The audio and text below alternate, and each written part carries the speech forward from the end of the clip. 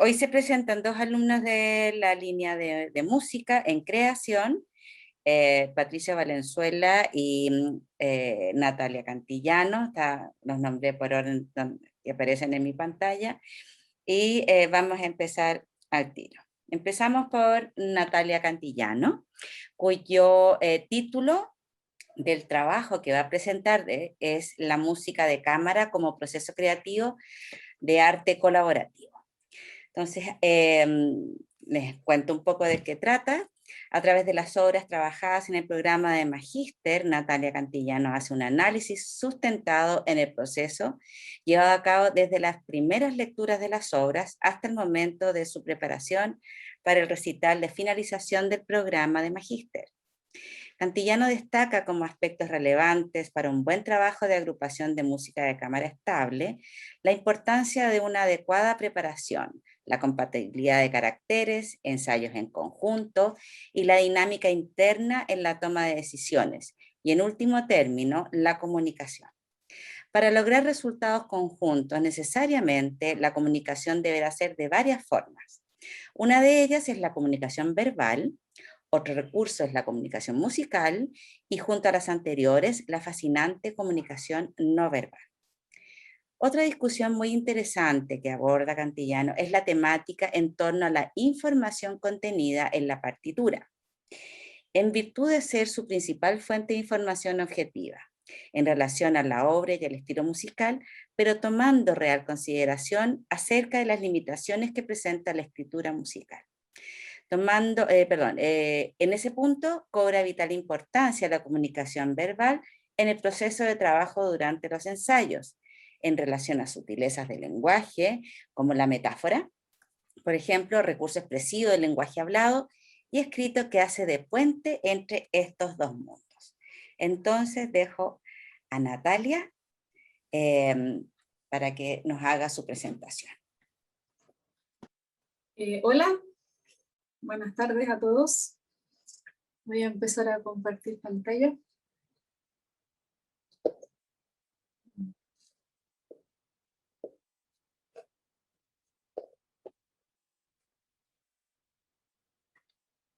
¿Me escuchan? Sí. Gracias, porque yo no los veo.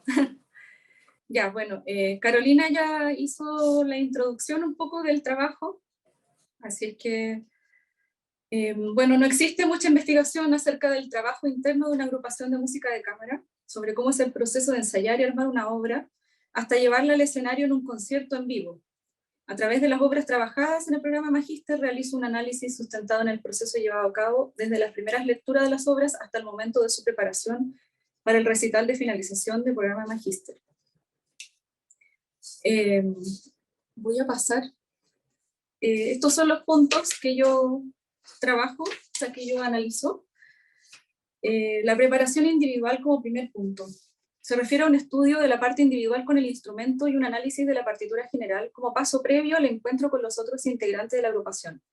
Este estudio debe estar acompañado de un contexto tanto histórico como una familiaridad con el compositor y su estilo de composición musical, así como el estudio de estos aspectos en relación a la obra en particular. De esta manera podemos lograr una aproximación como intérprete de nuestro instrumento que nos permita ser fiel a lo que el compositor quiere transmitir desde la partitura, la que es siempre nuestra primera fuente de información. Es importante contar con una buena edición de la obra, que sea lo más próxima al original y que todos los integrantes tengamos acceso al mismo documento. En nuestro caso, el producto final, llámese interpretación de las obras en un concierto, pasa por un proceso de reflexión personal de cada uno de los involucrados en una primera instancia. Luego de la preparación con el instrumento, bueno, yo acá expongo en el trabajo cómo es mi preparación personal. Diariamente, como violinista, debo realizar un trabajo de limpieza y mantención técnica que me permita tener un amplio espectro de posibilidades interpretativas con el instrumento. Por ejemplo, debo realizar ejercicios de escalas, arpegios, de vibrato, de sonido, golpes de arco y trabajar con el metrónomo y con el afinador. Estos ejercicios me permiten centrar mi atención en variados aspectos técnicos como afinación, calidad de sonido, correcta distribución del arco, esquemas de dedajes, el trabajo de vibrato en distintas figuraciones. Todo esto es para otorgar flexibilidad al movimiento, la que es inmensamente útil como recurso expresivo. Paralelamente a esto, abordo mi repertorio de violín y mi repertorio de trío con piano, y el trabajo orquestal. Soy integrante de la Orquesta de Cámara de Chile desde el año 2004. Durante el programa de Magíster pudimos trabajar el trío Archiduque Opus 97 de Beethoven, el Dumki Opus 90 de Dvorak, el trío en si mayor Opus 8 de Brahms y el Opus 49 en re menor de Felix Mendelssohn. Luego de realizar este trabajo personal, viene un estudio y análisis de la partitura general. Estudio de antecedente de la composición sobre el estilo del compositor.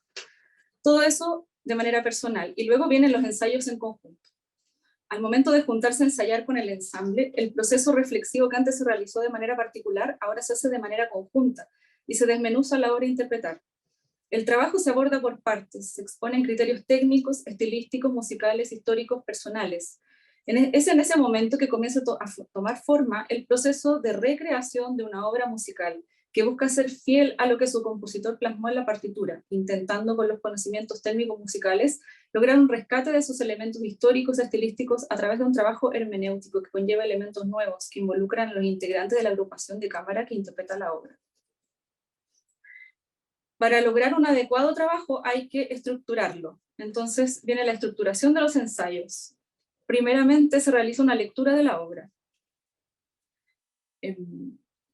Dependiendo de la complejidad de la lectura, se puede proceder a leer todos los movimientos o avanzar en cada ensayo. Campeona. ¿Hola? Continúa. Al momento de la lectura ya tendremos una visión de la obra por nuestro trabajo de estudio personal y probablemente de alguna versión que ya habremos oído, en caso de ser una obra anterior. Los tempos de lectura pueden variar dependiendo de la complejidad técnica requerida y el dominio que se tenga de la lectura personal con su instrumento. De esta manera, y de acuerdo a nuestra experiencia, es muy adecuada una lectura en pulso final y otra lectura de los pasajes de mayor complejidad a un pulso menor, para comprender de mejor manera lo que puede haber quedado sin resolver en cuanto a lectura refiere. Se puede continuar con trabajos de arcos en esos primeros ensayos, es decir, establecer o definir, en el caso de un ensamble como trío con piano, los arcos a emplear, la dirección de los arcos, hacia arriba, hacia abajo, las ligaduras, los golpes de arco empleado, que pueden determinar el carácter de las secciones a trabajar o incluso de las obras enteras. Luego, técnicas de ensayo, que son por movimientos o por secciones. Para ordenar y optimizar el trabajo es muy útil utilizar trabajar por movimientos luego de la lectura inicial. En general se trabaja por movimientos cuando las obras cuentan con más de uno, o por secciones relativas a la temática musical cuando las obras son en un solo movimiento. Es así como una forma sonata, por ejemplo, se puede abordar el trabajo de ensamble trabajando la exposición, el tema, luego el segundo tema, más tarde el desarrollo y la reexposición para eventualmente terminar en un acorde. Al trabajar por movimientos o secciones, el propósito principal es detenerse y explorar el material musical que se presenta. Una vez identificados algunos aspectos clave, como los mencionaba anteriormente, como el tema, el segundo tema, el desarrollo de la exposición, podremos ahondar en el fraseo melódico, el fraseo armónico, definir articulación, volumen, intensidad del material musical a interpretar, entre otros. Dentro de cada movimiento hay una estructura musical que ayuda a organizar el estudio. Hay que acordar los tempi, revisar la afinación de los pasajes en conjunto, trabajar los matices en relación a un balance entre los instrumentos. La articulación del discurso musical es una de las características más importantes, pues es la manera de pronunciar un discurso musical. Es la que lo diferencia de otros intérpretes, aunque las notas sean las mismas. Una misma línea melódica tocada con distintas articulaciones, golpes de arco, o tempo, o tipo de vibrato puede sonar totalmente diferente. Es como hablar en distintos idiomas. Les puedo mostrar un video que ejemplifica un poco como la diferencia. Es un video nuestro tocando una misma obra en distintos tempi.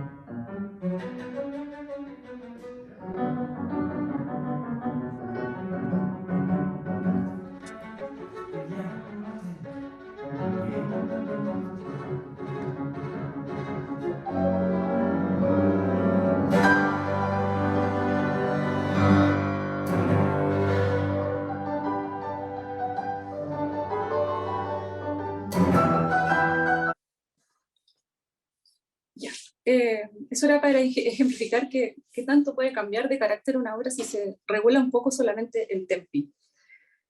Bueno, luego viene la profundización en los ensayos, con el fraseo, los gestos, los rubatos, los retardando. Y luego tocar secciones más largas, ensayo general y prueba de sala. En esta parte del proceso se busca lograr el carácter de la obra como un todo, ya se tocan secciones más largas, se busca que exista una relación de tempo entre los movimientos. En algunos casos funciona un pulso que logra unificar toda la obra y todos sus movimientos.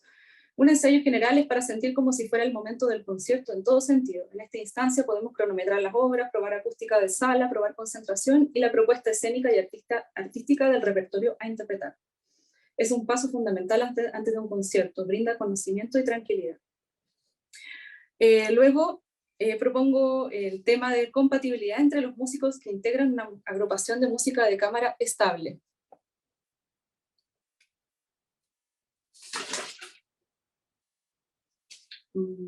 La música de cámara es en esencia un trabajo colaborativo. La comunicación entre sus integrantes es clave para poder resolver desde pequeñas interrogantes musicales hasta grandes asuntos más generales acerca de un repertorio o la buena organización dentro del grupo. Para poder comprender de manera objetiva cómo aborda una agrupación de cámara el trabajo de un repertorio específico, hay un estudio de una señora Amanda Bailey, que por medio de un estudio etnográfico se dedica a estudiar desde el primer ensayo de una obra escrita especialmente para un cuarteto que se llama Cuarteto Kreutzer, una música escrita, un segundo cuarteto por Michael Finney. Ella cronometra cada una de las intervenciones habladas de ellos y las interpretadas con instrumentos musicales. Como resultado de esto obtiene que el 58% del tiempo del primer ensayo registrado es o forma parte de conversaciones. Son conversaciones sobre música, calidad de sonido, coordinación, como dónde sentarse, notación musical, de dónde se percibe que viene el sonido, quién toma la iniciativa en puntos particulares de la pieza, quién determina el tiempo en las secciones y cómo esto se comunica. Por todo lo antes mencionado, podemos inferir la importancia crucial que significa que exista buena relación entre los integrantes de una agrupación de música de cámara estable, pues gran parte del trabajo realizado, según este análisis, se realiza mediante coordinación hablada previamente, así como durante o finalizado los ensayos. Compatibilidad dentro de los ensayos y fuera de ellos. ¿Es necesario ser amigos? En este punto entrevisté al dúo Ansaldicón, al trío Arte, y bueno, y por la propia experiencia de nosotros tres como trío, es muy importante tener compatibilidad. La compatibilidad nos lleva a tener, si es que se puede, complicidad. Y esta puede ser una característica muy importante. Esta palabra puede ser vista como una característica más de la definición de una relación. En este caso parece ser fundamental. La mencionaba María Iris, del trío Arte. Pues refleja y denota que lo más importante es estar unidos, inmersos, totalmente imbuidos y comprometidos con este espacio sagrado que ellos originaron. Pero termina por definirlos como un nuevo ser conjunto, que disfruta de este espacio de hacer música y de descubrir nuevas maneras de vivenciar la música y la vida. En nuestro caso en particular, puedo decir que Fernanda, nuestra violonchelista, Fernanda Guerra, fue quien nos propuso juntarnos. Fernanda tenía una relación de amistad musical con Patricio Valenzuela, que data de muchos años. Paralelamente, Fernanda y yo somos amigas hace muchos años también. Creo que la relación de amistad que tenemos nos ayuda a entendernos mejor, comprendernos y acompañarnos.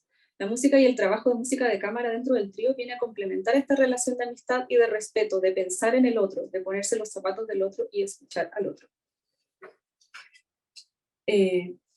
Hay otra cosa que es la compatibilidad en cuanto a las metas, dedicación y horarios. Complejo eso de compatibilizar, en eso estamos tratando de lograrlo. Como referentes también pude encontrar a un cuarteto que se llama el Cuarteto Gerard, y sus inicios son desde la infancia. Ellos han compartido su pasión para hacer música y aprender. Eso los hizo tomar una decisión un día, que el tocar juntos en un cuarteto fuera el principal esfuerzo de sus vidas. A tal nivel de compenetración puede llegar la relación de hacer música de cámara. Luego, para poder trabajar de manera ordenada, hay que adoptar algunos roles y responsabilidades de acuerdo a las fortalezas que cada uno tenga. Puedo decir que entre nosotros, por ejemplo, Pato se encarga de buscar y reservar las salas para ensayar. La Fernanda es como el impulso, siempre ella tiene ideas y proyectos. Yo también algunas ideas y proyectos, y llevo mi iPad y grabo todas las sesiones que puedo, pueden ser las clases o nuestros ensayos, que son las que luego subo y nosotros después estudiamos y comentamos entre nosotros. El proceso de trabajo colaborativo al interior de una agrupación de música de cámara como parte del proceso creativo de una obra. Igualmente importante me parece analizar el nuevo paradigma en torno a la creatividad, en el que ha cambiado completamente el rol de quién es él o los creadores de una obra de arte, situando a varios agentes de la sociedad como responsables de un proceso creativo. Es aquí en donde nos detenemos para establecer una relación en cuanto al proceso colaborativo de la creación y recreación de una obra musical, siendo una agrupación de música de cámara estable uno de los agentes de transmisión de información respecto de la obra y la evolución de su proceso creativo, el que traspasa generaciones, y se termina de completar cuando la obra llega a oídos de los auditores. En una obra, en una lectura de Nicolás Cook, Música como práctica creativa, señala que un nuevo paradigma dominante sobre el estudio de la creatividad. Este nuevo paradigma se basa en un enfoque sociocultural en el cual se destaca que la creatividad ya no es más pensada como el creador y los demás agentes de la sociedad, sino más bien como una variedad de factores contextuales que decantan en el proceso creativo. Expone al dominio como la esfera ampliada de la práctica creativa en donde se encuentran el repertorio de trabajos ejemplares, las convenciones aceptadas y los recursos que las subyacen. El conocimiento específico del dominio juega un papel clave en la creatividad. Por otra parte, destaca al campo como un conjunto de mecanismos mediante los cuales se selecciona el trabajo creativo para ingresar al dominio. Algunos ejemplos de agentes de campo en música serían los editores, los intérpretes, los promotores y los críticos. Con esta cita, quiero hacer un paralelo entre el nuevo paradigma de la creatividad y el trabajo en música de cámara, que es eminentemente colaborativo, en el cual todos los integrantes ponen sus conocimientos y sensibilidades en función de un resultado musical, colaboran en una propuesta artística creativa mediante un proceso colaborativo, del que siempre emerge una propuesta única, nunca igual a otra, tanto por las personas que trabajan en ella, quienes ponen a disposición de este trabajo común sus conocimientos y sensibilidades artísticas y musicales, como por la forma de trabajar. Es por todo lo antes mencionado que la manera particular de trabajar de una agrupación de música de cámara es única en relación a su propia naturaleza, particularidades e integrantes que la conforman. Luego está la comunicación entre las personas que conforman una agrupación de música de cámara estable. Una de las formas de comunicarnos, porque tenemos que echar mano a muchos recursos de comunicación, una de las formas de comunicarnos es la comunicación verbal. Como citaba antes en el estudio etnográfico, es muy importante tener una buena comunicación con los otros integrantes de la agrupación de música de cámara. Es una de las formas de poder acordar. La otra es la comunicación musical. La música es un lenguaje complejo que reúne variedad de información.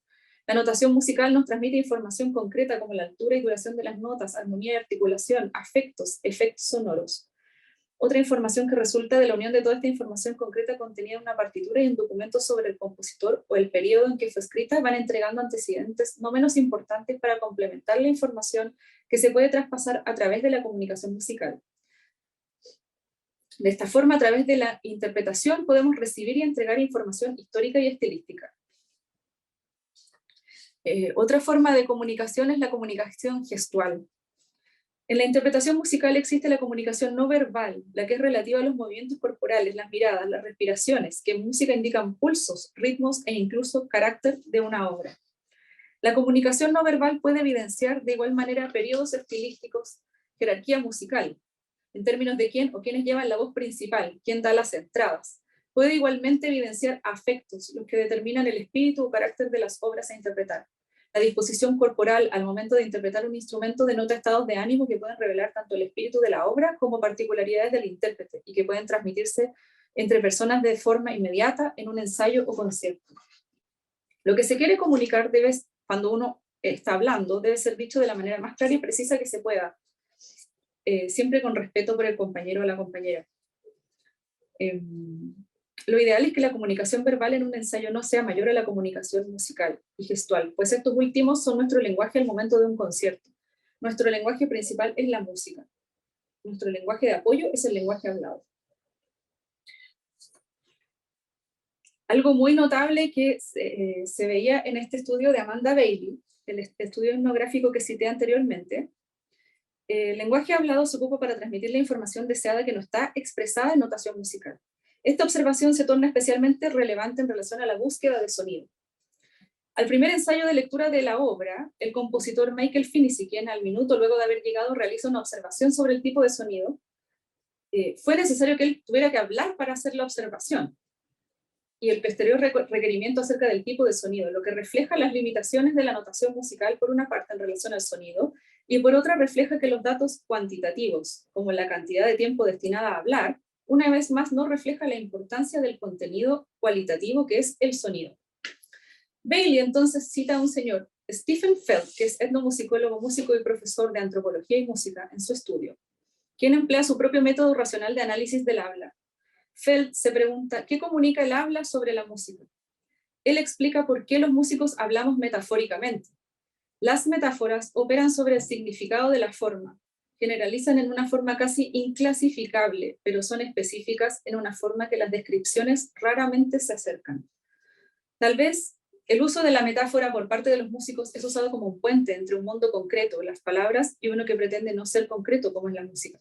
Si la música buscara ser concreta, se serviría solo de palabras o en gran parte de ellas, pero la música busca probablemente evocar imaginarios particulares, pero que emergen de un mismo origen de sonido. La problemática está en que los músicos, para lograr interpretar ese resultado, deben acordar algunas cosas en común. Para esto se apoyan en ambos lenguajes, el hablado y el musical. Y más, pues ocupa un lugar importante la gestualidad. La música siempre evoca gestos, imágenes, colores, fantasías y hasta historias. Esto no queda anotado en una partitura, pero todos estos elementos crean un imaginario personal y colectivo que alimenta el carácter, el o los afectos de la música y la interpretación. Es así como, volviendo al ensayo del cuarteto Kreutzer, Michael Finney les pide que un pasaje sea más espumoso. De los 4 integrantes del cuarteto, 2 estuvieron en sintonía con lo requerido y 2 no. Esto es una muestra también de que nosotros trabajamos con las subjetividades, y es lo que hace muy difícil de catalogar o categorizar nuestra comunicación. Solamente voy a citar, en cuanto a la comunicación gestual, que se ha categorizado, y hay gestos para producir el sonido, gestos comunicativos, gestos para facilitar el sonido, gestos para acompañar el sonido. Entonces, en esencia, hay 2 categorías grandes de gestos musicales, los que generan y acompañan el sonido y los que sirven para la comunicación. La importancia de la gestualidad es manifiesta en cuanto colabora en la producción misma del sonido y su facilitación, así como en la comunicación expresiva del discurso musical. En este último punto, la comunicación expresiva del discurso musical, quisiera ahondar en un concepto que se ha empleado en psicología, es el contagio emocional. El contagio emocional es un concepto planteado por primera vez en el año 93, a raíz de un estudio realizado por Elaine Harville y sus compañeros John Cacioppo y Richard Rabson. Este grupo de psicólogos utilizó esta expresión para referirse a un fenómeno psicológico observado que consistía en la tendencia humana a sincronizar los comportamientos con la persona con la que están comunicando. Este fenómeno tiene una importancia crucial para nuestras relaciones sociales, pues es un método automático para sintonizar con los sentimientos de otras personas. Uno de los recursos más poderosos de los cuales nos valemos para transmitir nuestras emociones a otros son los gestos. A través de ellos, por la postura corporal de una persona, por un gesto en su boca o en su ceño fruncido, podemos distinguir emociones, como tristeza o rabia, por ejemplo. Pero a través de los gestos no solamente logramos distinguir las emociones de otras personas, sino que logramos sintonizar emocionalmente con otros, replicando automáticamente el o los gestos de un otro. Y a través de esa conducta y esa gestualidad es que logramos sentir cómo está sintiendo el otro. El lenguaje no verbal de la gestualidad estaría orientando a la emoción. Es importante hacer la distinción entre contagio emocional y empatía. Aunque tienen similitudes, la empatía consiste en ponerse conscientemente en los zapatos de un otro, mientras que el contagio emocional es una reacción automática, que puede ser consciente o inconsciente, en la que sucede de forma automática una sincronización con las emociones de otro individuo. Me ha parecido muy importante evidenciar este rasgo de la conducta humana que parece ser fundamental en la música de cámara, y no solamente entre colegas compañeros de la agrupación de música de cámara, sino remarcar la importancia de esta interacción gestual con el público, quienes reciben esta gestualidad y de igual manera estarían contagiándose emocionalmente con lo que reciben desde los músicos. Esta interacción instantánea en el momento de un concierto es única y repetible, pues todos quienes participan en esta instancia en mayor o menor grado son partícipes del desarrollo y resultado de un concierto. Ahora les quisiera mostrar un último trozo musical de nuestro trabajo y terminaría mi exposición.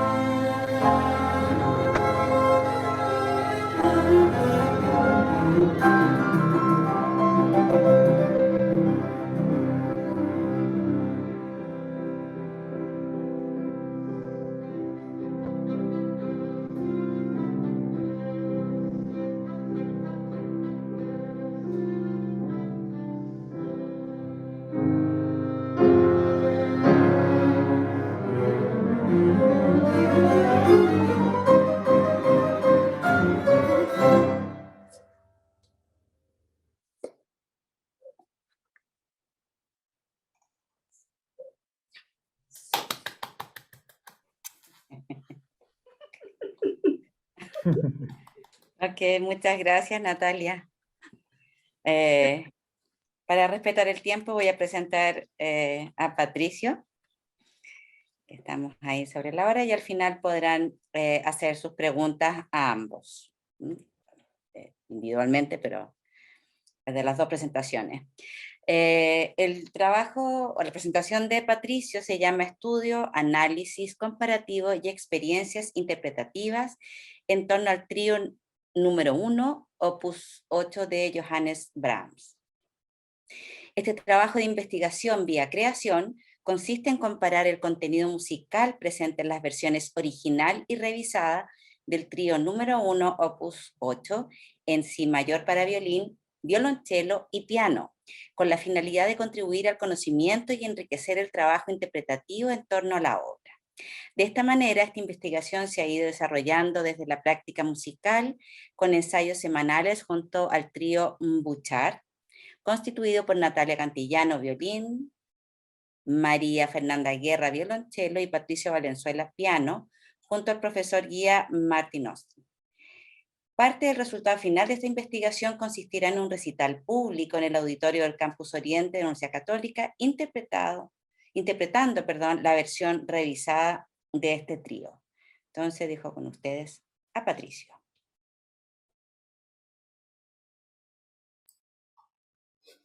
Hola, buenas tardes. Soy Patricio. Voy a compartirles pantalla. Ahora, a ver. Esto.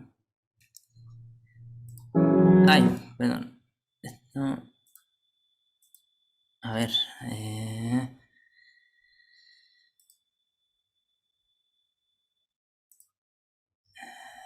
A ver, un momento.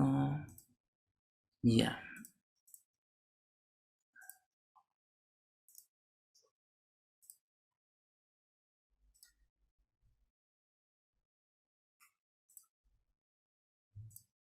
Ya, ahí está.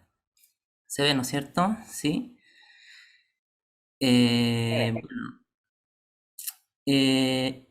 Bueno, mi presentación se va a titular así: Estudio, Análisis Comparativo y Experiencias Interpretativas en torno al trío número 1 opus 8 de Brahms.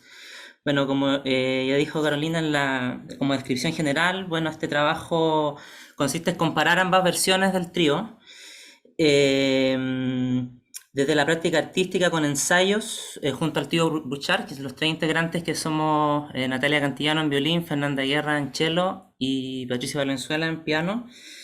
Y parte importante de esta investigación será un recital público que se hará en el auditorio de la Pontificia Universidad Católica, interpretando la versión revisada del trío. Bueno,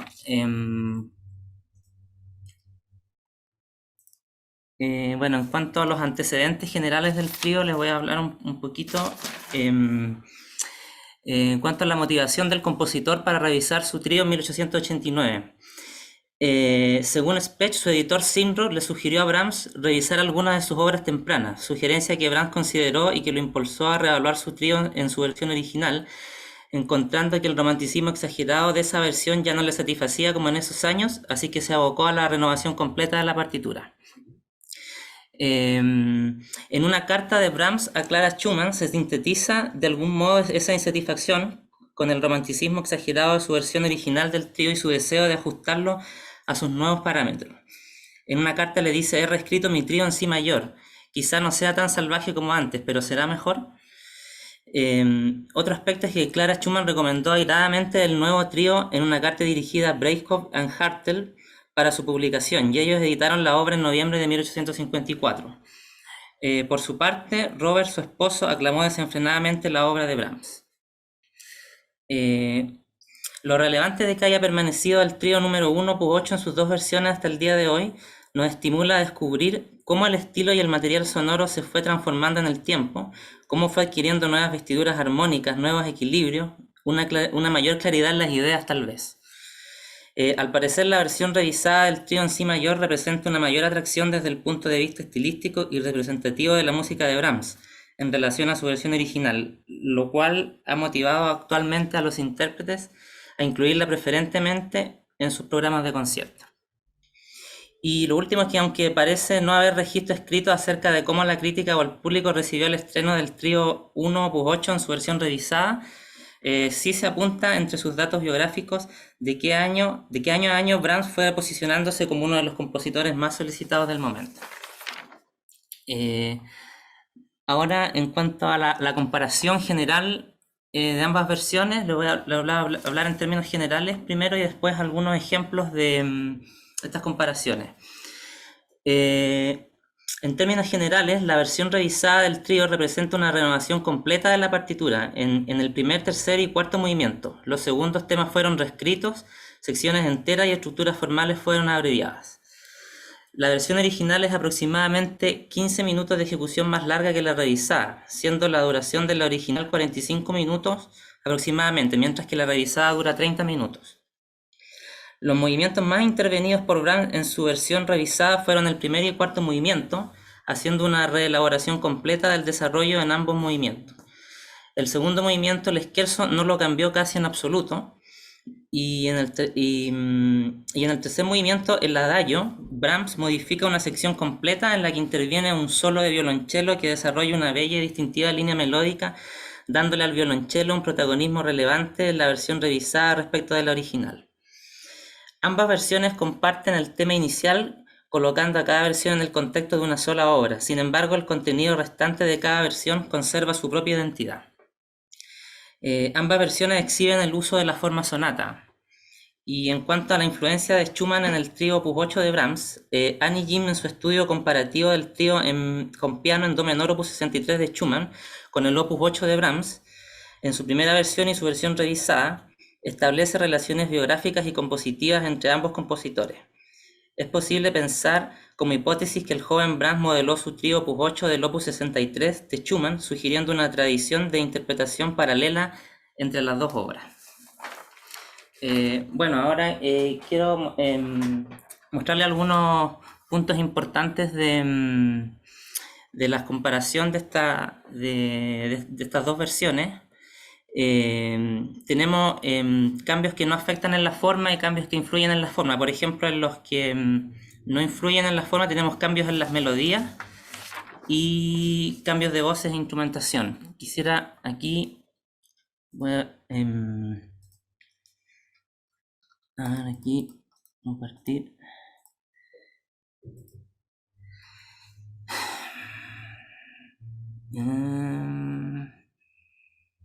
No sé si se ve el primer video.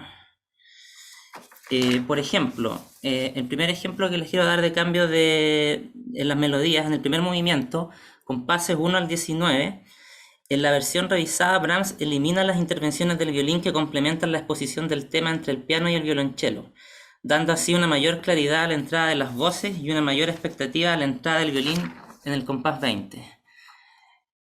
Aquí va el ejemplo de la versión original y revisada.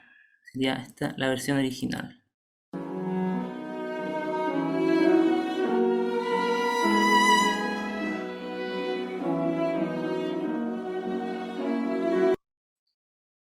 Y ahora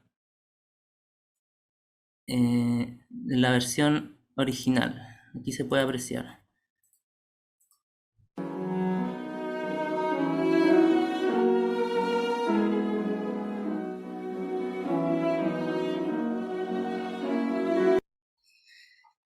Sería uno de los ejemplos.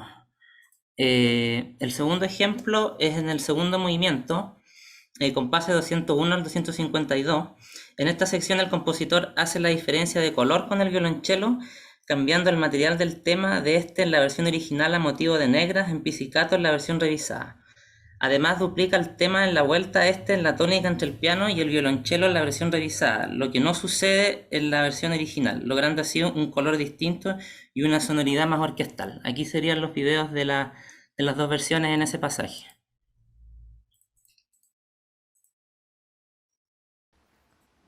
Versión original.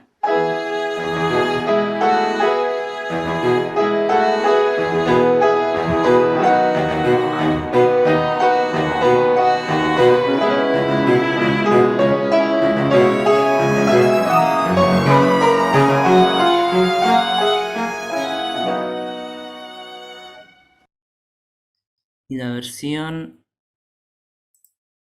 revisada sería el ejemplo. El video.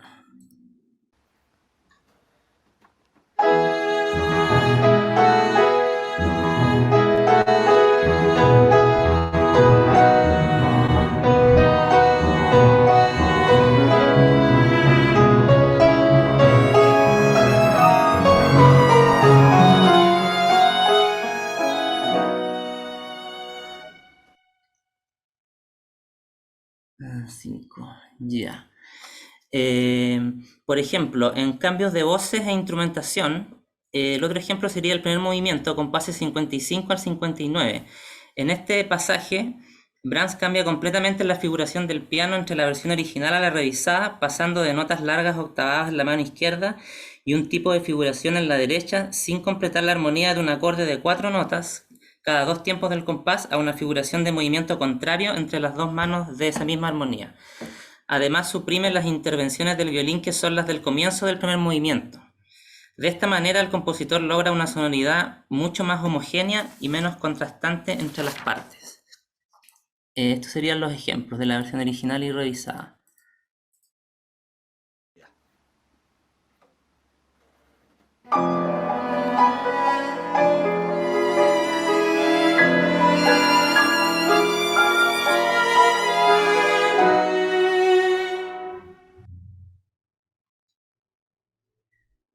En la versión revisada sería la figuración del piano, que es diferente.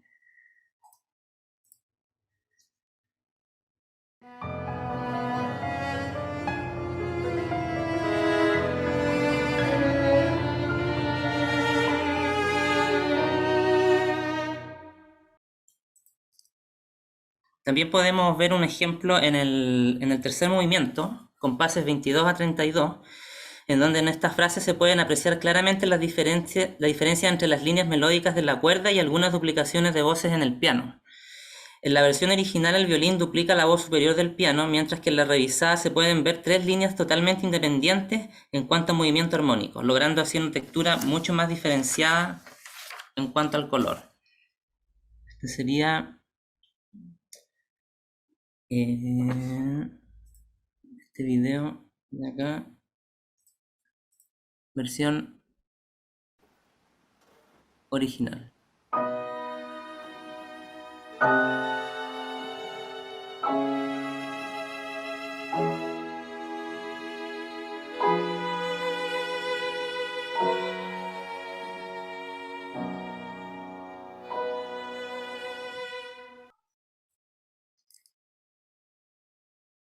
Tenemos ese mismo pasaje en la versión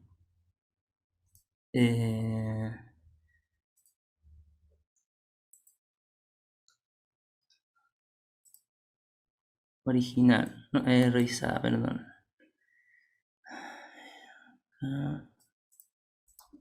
Aquí se me perdió esto.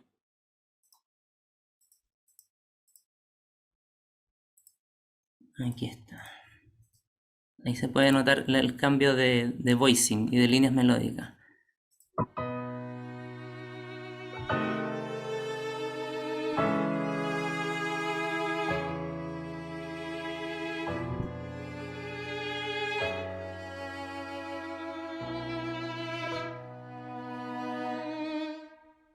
Ya, y el último ejemplo que les voy a mostrar va a ser el de cambio de la forma, el desarrollo final del primer movimiento, compases 356 al 496. Aquí podemos apreciar el notable desarrollo final de la versión original del primer movimiento, que da cuenta de su gran desarrollo motívico, donde aún se puede notar la gran influencia en otros compositores como Bach y Schumann, usando técnicas notables del contrapunto, desarrollo que después será eliminado en la versión revisada, dando cuenta de un estilo compositivo mucho más propio y maduro.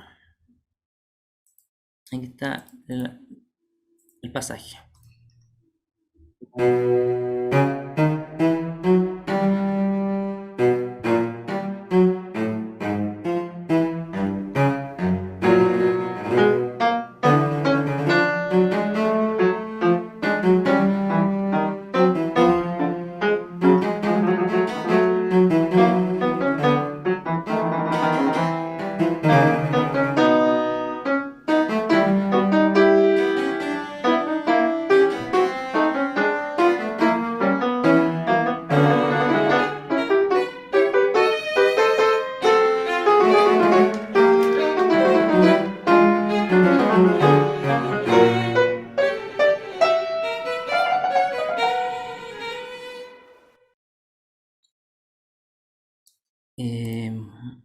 Bueno, estos serían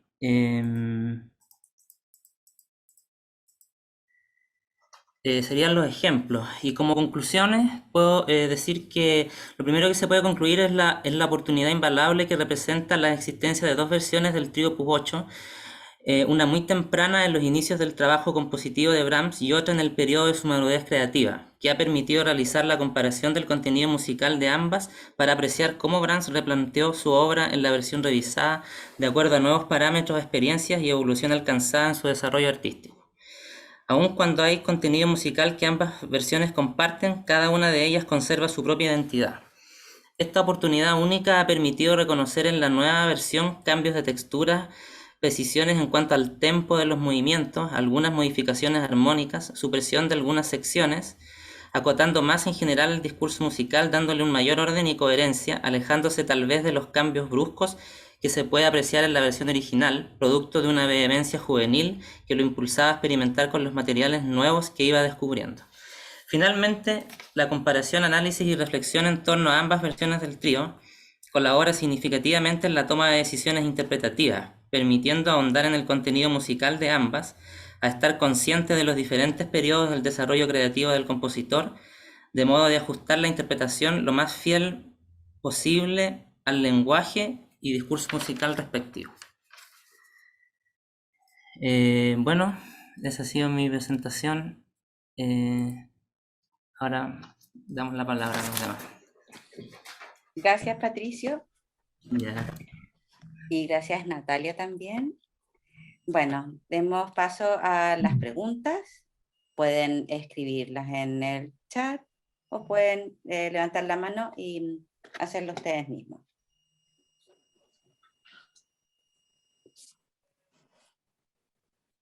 Bueno, yo tengo una pregunta para Natalia. Dale. Natalia, bueno, primero felicidades, como igual yo no soy muy objetivo como te ha acompañado en todo este proceso, así que igual me pareció muy interesante. Una pregunta, como tu trabajo como es un poco orientado hacia intérpretes, ¿no? Como una guía para intérpretes para cómo abordar, cómo hacer un trabajo de música de cámara. Y algunos aspectos que mencionas sobre todo al comienzo son bastante evidentes, ¿no es cierto? Es como algo que uno suele hacer, pero otros me parecen bastante interesantes y novedosos. Y la pregunta que tengo es, cuáles aspectos han sido los más sorprendentes para ti durante tu proceso de investigación, que quizás al comienzo no eran obvios o conocidos, ¿no? Entonces, ¿cuáles aspectos son los más sorprendentes y al mismo tiempo el mayor aporte propio de tu trabajo para los intérpretes o para los lectores de este trabajo? Yo creo que uno trabaja como mucho con la intuición como músico, como artista, y fue más que nada como respaldar quizás como de manera muy objetiva con documentos, cosas que de repente uno como que las tiene igual en su universo, así, pero quizás no las logra verbalizar. Por ejemplo, eso que decía al final del contagio emocional. Cuando lo leí, dije, oye, sí, pues esto, o sea, claro, yo sé que uno se comunica con el público, yo sé que existe algo de repente que es instantáneo, que surge ahí en el momento y hay una respuesta y hay una interacción inmediata, pero no sabía que se le había dado quizás como, se lo había enmarcado como en una propuesta de este tipo, ¿no? Y que yo la encontré por casualidad en la psicología. Sí, fantástico. Y además eso no solo hacia el público, sino entre los intérpretes mismos, ¿no? Entonces, subraya un poco lo que dices, que la gestualidad hay que sincronizarse también en ese aspecto para justo alcanzar esa sintonía, ¿no? Claro. Sí, claro. súper interesante. Sí. O también cuando en el estudio que hizo Amanda Bailey, cuando habla Feld acerca de la metáfora, ¿no? El uso del lenguaje, pero no de un lenguaje así como tan concreto. Entonces, eso también es súper interesante, como nosotros mismos de repente, o en la orquesta, en los ensayos, se dice algo de una manera que no es así concretamente como va a sonar, como este señor cuando decía que era un sonido más espumoso. No es que el sonido vaya a sonar espumoso, pero uno se forma como una idea de, no sé, será de la espuma, de algo, ¿no? y resulta, y lo que tiene que resultar, y así efectivamente muchas veces es, no sé qué es lo que hace uno con ese concepto, que lo que sale es diferente. El sonido que uno logre interpretar y que espera transmitir a otro es distinto. Entonces, esas cosas como un poco, entre comillas, mágicas, ¿no es cierto?, que tiene el arte, como de alguna manera traspasar información que no es tangible,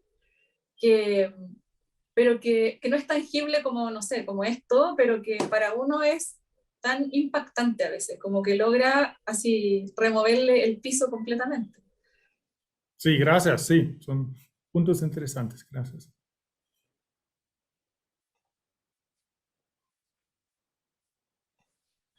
Yo tenía una pregunta.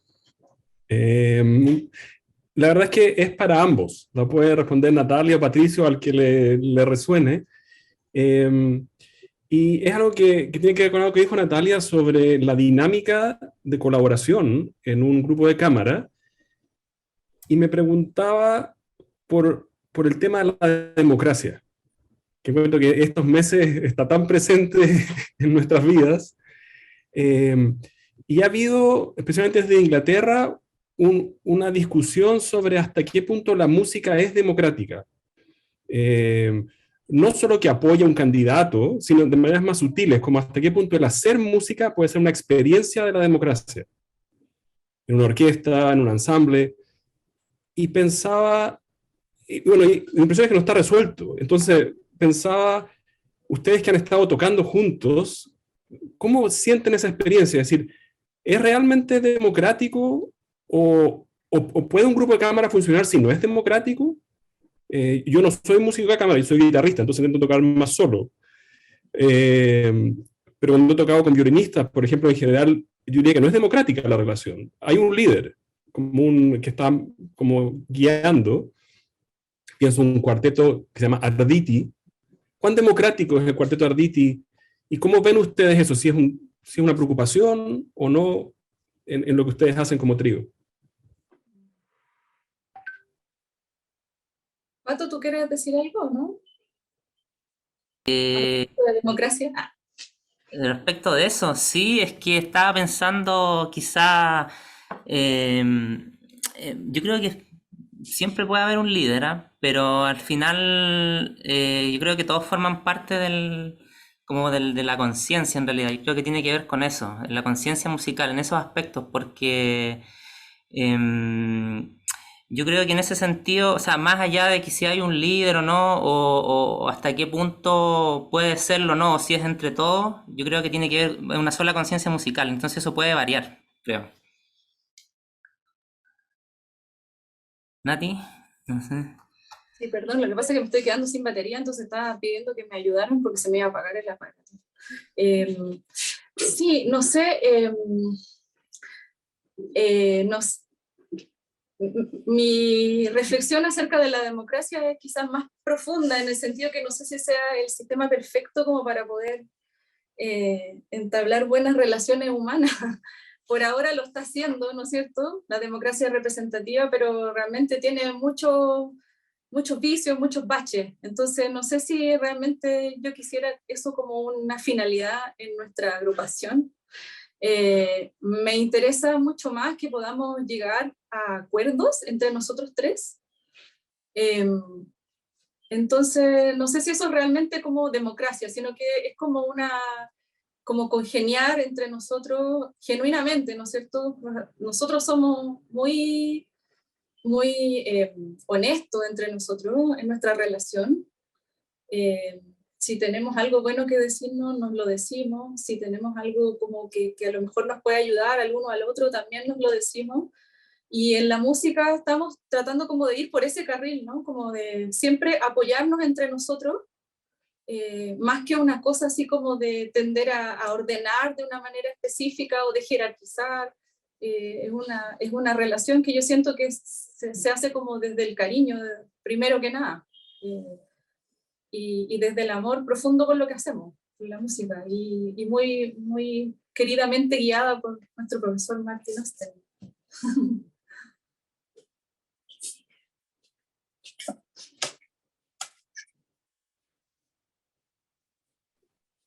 ¿Alguna última pregunta? Porque nos quedan 2 minutos.